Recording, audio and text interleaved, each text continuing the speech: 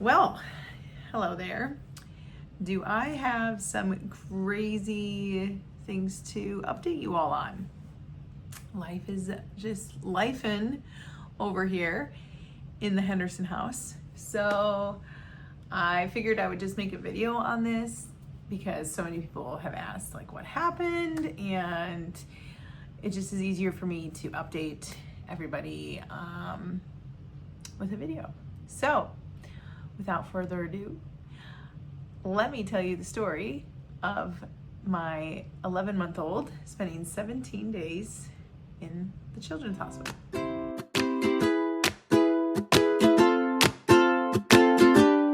Where to begin?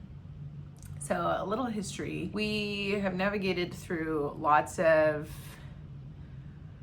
hardships with our children. And so every single one of them has gone through something, including one passing away when he was born. And so we've navigated a lot of things as a family, and I've navigated a lot as a mother. And as Christians, we've just learned to trust the Lord in so many ways that we never even thought we would have to. Our youngest, Cecily, on June 10th, about 6:30 in the morning, my oldest son came out of the room carrying his baby sister, Cecily, in his arms. And she was completely limp and she was covered in puke. And he comes out and he goes, "Mom, Cecily was shaking in her bed and she puked." Instantly, I was sitting here on the couch just reading my Bible, having my morning time. And yeah, instantly jumped up. I knew she had had a febrile seizure, and I knew this because both of my other kids have had them, and so I knew the signs. And then she continued to have seizures, she continued to seize, and that seizure lasted a very long time. So it lasted, by the time the paramedics showed up, it had already been going on for 5 minutes. They administered some medications. They took us to the ER. And so by the time all this was done, loopy, they'll vomit, all that sort of stuff. So I noticed in the ER, not the doctors, they didn't notice. I noticed that her left side was completely limp. Her whole left side was totally limp, and I was really concerned. It was in her face, it was in her limbs. And so they ended up, from the ER here that we were at and where we live, they sent us up to the children's hospital north of us to see neurologists. So following that, CT scans were done. An EEG was put on her to track her brain activity, which was showing a lot of activity. Even though she wasn't seizing, they saw a lot of discharges in her brain. And so the CT scans showed no concerns for anything, and they kept getting virus tests back that were negative, so they weren't sure why she had a febrile seizure to begin with and why she had a temperature, and still had a temperature. So this was all June 10th, which was the birthday of our son that had passed away. And we had not been back at that hospital in 5 years, because that's where he was born and where he died. And so, as you can imagine, there were a lot of other layers to being back at that hospital with our daughter. And it was just challenging in a lot of ways. And so then we stayed overnight. Obviously, they admitted her and they tracked her brain activity. They had an MRI scheduled for the next day. So for Thursday, which was the anniversary of our son's death, and the NICU was literally, so the floor that we were on was the same floor as the NICU where he died. So it was just down the hall, and it was just like, right, this is just awesome. So the MRI showed that she had developed a lot of swelling on the right side of her brain. And so they don't know what caused this. So they were trying to figure out, was it seizure related, whatever, right? So we were still, a lot of it was unknown to us, and they were thinking that the left side was something called Todd's paralysis, which we later found out that was not the case. So they kept tracking her. She still had a fever that wouldn't break at this point, which was concerning. Friday morning, she was starting to show a little bit of signs like she was becoming herself. Her fever was like 99, still hadn't broken though, wasn't gone. It kept fluctuating between like 99 and 101, her fever. And so then her fever spiked again to about 100. And after a nap in the afternoon, she woke up and she was just not herself. She was basically super lethargic and zoning out completely. And they put the EEG back on her and saw that her brain was in status. So she was having constant misfirings of her neurons, and the seizing activity would not stop in her brain. So we were sent to the PICU, which led to 12 days there. It was very long. So we get down to the ICU, and it was just rough. That was the last. I wasn't able to hold her, wasn't able to nurse her. And it just started off on a series of unknowns, which was, as you can imagine, very hard. So Saturday they had another MRI, and that MRI showed more swelling, but still all isolated to the right side. So her left side was untouched, and it showed some other problem areas that they were really concerned about, and they could not figure out what viruses she had. I also forgot this part. They had done 2 spinal taps on her. 2. Finally, which revealed that she only had 2 strains of the common cold.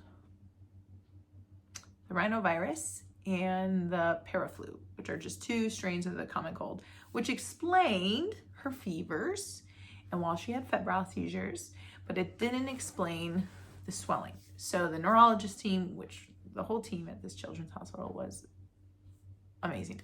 The neurologist team, after the second MRI, they basically, because they were still waiting on all sorts of tests from the spinal taps, but they were 99% sure that they knew what was causing this. And their theory was that her immune system attacked itself. So instead of her immune system just fighting off the 2 strains of the common cold, her body first responded with febrile seizures because her nervous system reacted to the temperature change of spiking a fever early in the morning that first day when we were at home. And then instead of her immune system doing what it needed to do, it attacked and started attacking the brain. So her own immune system turned on itself. So it was an autoimmune response, is their theory. And so the swelling in her brain was caused from her own body attacking itself. And then the continuous seizures, which led her into status, which led us to the ICU, was caused because of the swelling. So we later found out that, we did testings for, genetic testings for epilepsy and stuff like that. Everything was negative.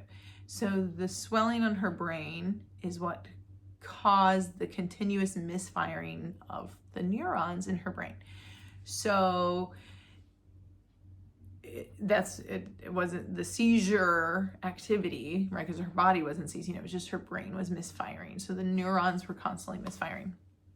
So from the 10th, which was the Wednesday, to that Sunday morning was finally when they got her seizing activity to stop. They had her on some pretty intense medications,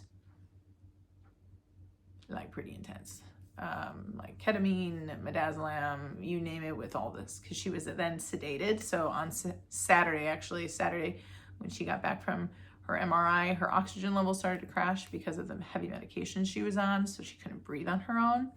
So she was then sedated, and she was intubated for 10 days. So that was a very long time for my 11-month-old to be intubated.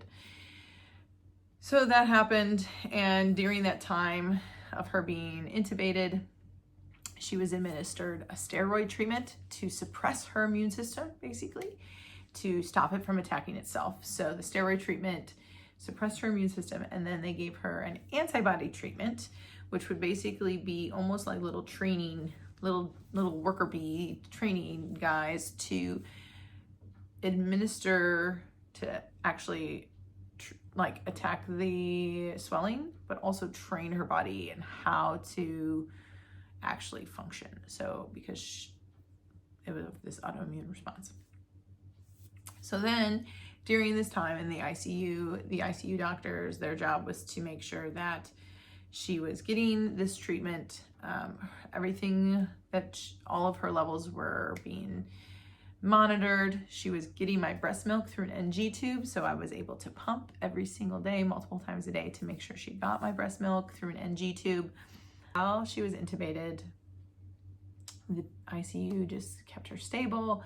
It was their job to make sure that all of her levels stayed stable and the treatment did its job and the medications did its job. And so before she was extubated, I think is how you say it, or just woken up, right? Before they could wake her up and take her off of sedation, they had to first wean her off of all of these really, really intense medications. So the first two, the ketamine and the midazolam, were the two that they had to wean, and they did it very slowly, little bets back and forth, seeing how her body would respond, making sure that she didn't continue to have seizure activity. She was also on 2 other anti-seizure meds that she's still on. I always forget the names of them. But anyways, so after they weaned her off of the ketamine and the midazolam, then they had to switch her to another pretty intense one because the midazolam has really bad withdrawal symptoms. So it was like a step ladder. Like after they weaned her off of one, they kind of had to introduce this other one to then wean her off of that one to just have her on these 2 anti-seizure meds that are pretty the common ones that people take. After that, she was then able to be taken out of sedation. And so they were able to remove the breathing tube for the ventilator and all of that.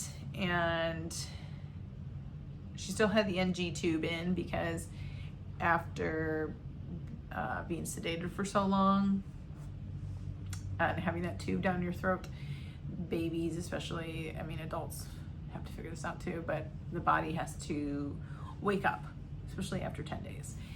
And so she was woken up, and it was a wonderful thing to see my baby girl's eyes open and look at me and just, I have no words to describe it. It was just, I cried a lot. I cried a lot when she was intubated as well. I just cried a lot when I was in the hospital. So she was woken up, and then came the steps to rehabilitation. And so we were able to move from the ICU back up to recovery in the neuroscience floor, which was way more comfortable. Obviously, the ICU team, they were just remarkable. And I was there for 12 days with them and had gotten to know the care and the nurses and the people there, and they were just wonderful. Moving into recovery was a really big deal, and everyone was so excited to see that she woke up. And then it was just now the steps to recovery. So her body, because anytime you're swelling takes a long time to go away. And then when you put on 10 days of sedation on top of that, your body also has to regain neuromuscular function. So her left side is still completely limp. She is unable to move it herself. And so over the next several months, it'll be a very long recovery for her, like really long. She's currently napping, and that's why I'm able to film this, or else I have to be holding her all the time because she gets really frustrated. And so because her left side was unaffected, her reasoning, her all of that, her communication, and her all her ability to like remember and know different things is all still very much there. And her right side, the part that was swollen, really was mostly on her motor skills. And so her motor skills are the most affected by this, and will take the longest for her to get back. So she's eating, she's sleeping, she's doing all these wonderful things, which is a blessing from the Lord. And So she's able to get good rest to recover and all of those things. But over the next several months, she will have a really long recovery because she has to basically start from scratch. So it's basically like she's a newborn again, physically, like motor skill wise. She is like a newborn again. She can't really move much. If she's on the floor or on the bed, like if she's on her back, she can't roll over. She's starting to get a little bit more core strength because she has complete function in her right side. So she has a lot of strength in her right. So she's a little bit stronger sitting up. She can't roll over. She can't crawl or walk around. Like she was starting to take her first steps before all this happened. So for her, she knows that she was capable of doing this stuff and now she can't. So she gets really frustrated. And it hurts. So the body is sore, and as the neurons, as the swelling heals, because the swelling is on the right side, as the swelling heals and the muscles regain that neuromuscular function, her body is going to get sore, and it's just a long recovery for her. And so, yeah, that's what happened. Crazy stuff. We have a lot of appointments over the next several months, especially this summer. Our summer is full of appointments between the children's hospital, a local children's clinic here that's part of the hospital, but it's just close to where we live, our own personal doctor, and then after that we'll start at home PT and OT. Yeah, it's a lot of stuff for my 11-month-old. And I know that I'm not the first mom to go through something like this. And I just wanted to be able to start sharing the story here and to connect with other moms who might be navigating things and trying to understand what's going on, and just navigating this new season of motherhood, because I'm calling it a temporary normal. It's not our normal, because she will recover, and Lord willing, in time, she'll be back to her happy little bubbly self.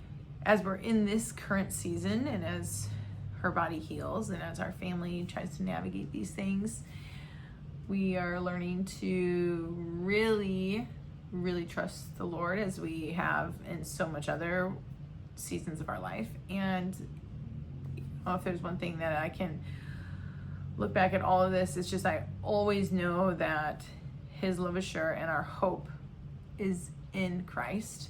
And the fact that I rest in that has brought me so much peace throughout this trial. Honestly, like it was just long. It was long 17 days, guys. Long 17 days. And now it's still a long several months here that we have ahead of us. And trusting the Lord always is the only thing. And as I continue to reflect and navigate on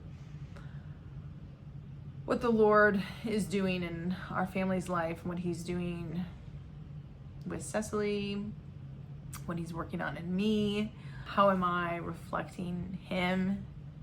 Because there's nothing that I can do that, just like any of us who go through struggles, it is all the Lord who is with us, who is giving us the strength and the ability to navigate anything. And while I was at the hospital, there were lots of opportunities that I tried not to shy away from, to share the gospel and to look for those opportunities. Because when my pastor came to visit me and Cecily in the hospital, you know, he made a point about how when people are in the hospital, there's no, everyone is literally equal. You could be rich, you could be poor, wherever, whatever your life circumstances are, and everybody is suffering in the hospital. And I met a lot of people who are really suffering, like sad stuff. And I just was able to talk and meet people and get to know people, and I really didn't want to shy away from those conversations. And I felt for those people. I prayed for those people. I have a list of names that I'm praying for, whether it was nurses, doctors, parents, and children, other children that I met when I was in the ICU It's just, you know, the Lord is always working, even in our like trench of trenches. He's always working. Hold that thought. My baby is awake. Speaking of babies, hello. Hello. She woke up from her nap.